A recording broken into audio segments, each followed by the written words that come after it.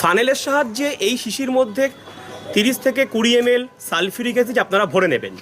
ভরে নেবার পর সযত্নে এটাকে কিন্তু সুরক্ষিত জায়গায় রাখবেন, না হলে এই অ্যাসিড থেকে কিন্তু বিরাট একটা দুর্ঘটনা ঘটে যাবে।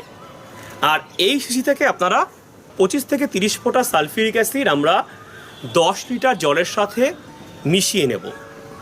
10 মিনিট রাখবার পর সেই অ্যাসিড যখন পুরো মিশে যাবে জলের সাথে, সেখান থেকে আমরা 200 থেকে 300 ml করে সেই অ্যাসিড মিশ্রিত জল প্রত্যেকটা গাছে আমরা দিয়ে দেব।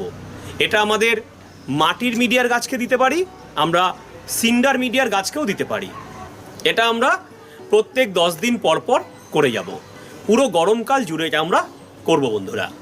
এটা দিতে পারলেই গাছের পিএইচ ভ্যালুটা একদম সঠিকভাবে থাকবে, গোলাপ গাছের যে পিএইচ থাকার কথা সেই লেভেলে থাকবে, এবং গোলাপ গাছ কিন্তু প্রত্যেকটা পাতা সতেজ